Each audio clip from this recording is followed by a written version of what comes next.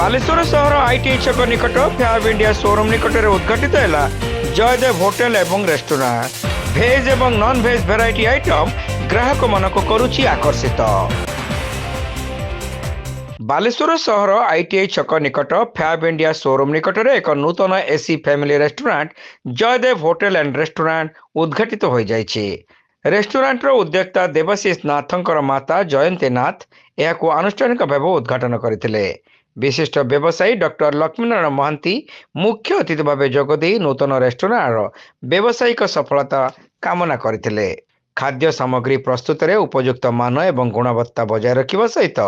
उत्तम ग्राहक सेवा प्रदान करबा पई डॉक्टर महांती रेस्टोरेंट रो उद्योक्ता को परामर्श देथिले।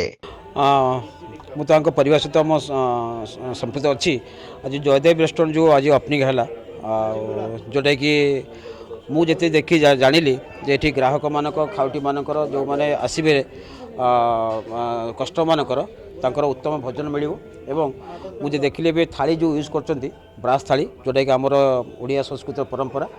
बहुत खुशी भल कथा जोटा कि आमर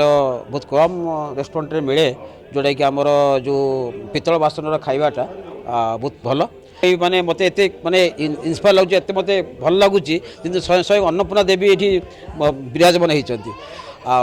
मु जयदेव रेस्टोरेंट रो उत्तरोत्तर कामना करूची एवं प्रभु जगन्नाथ पाखरे बाबा साई बाबा पाखरे प्रार्थना करूची ग्राहक मैंने आसतु संतुष्ट भाव भोजन ग्रहण करूँ एवं जो जो भाया परिवेश अच्छी सेटा मु भावुची बोधे जयदेव रेस्टोरेंट आगु आगु बढ़ी पारिबो। उद्योक्ता श्रीनाथ इतने पौरोहित्य करने सहित रेस्टोरेंट खोलिबार आभिमुख्य संपर्क में सूचना देते। व्यावसायिक दृष्टिकोण आईटीआई छक भली एक व्यस्त बहुल स्थान में होटेल खोलिबा नै दीर्घ दिन स्वप्न को पूरण करने नूतन रेस्टोरेंट खोल जाइए। ओडिशा एवं पश्चिम बंगर पारंपरिक खाद्य सहित विभिन्न प्रकार भेज और नॉन भेज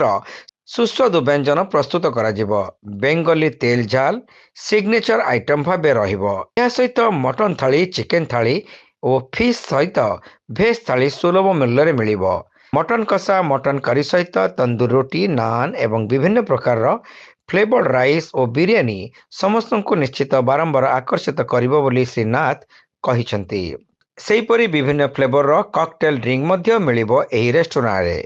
जन्मदिन पार्टी बा गेट टुगेदर पार्टी पई जयदेव रेस्टोरेंट समस्तक पई प्रकृष्ट स्थान पालटिबो बोली श्री नाथ आशा प्रकाश करिसंती।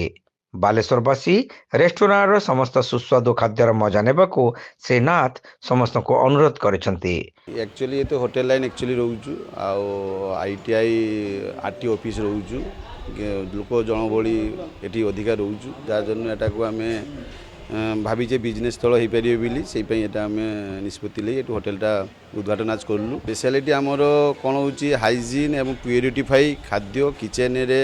हाइजीन भल पाइबे भल टेस्टी खाबार पाइबे सुस्वादु खाबार पाइबे आउ बेंगली जेटा आमर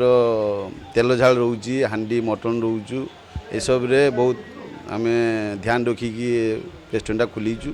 बहुत निश्चित भल टेस्ट पाइबे सुस्वादु पाइबे आपन बहुत मात्रा आसतु आउ गोटे सप्ताह धरिकी पूरा आमर ऑफर रोचु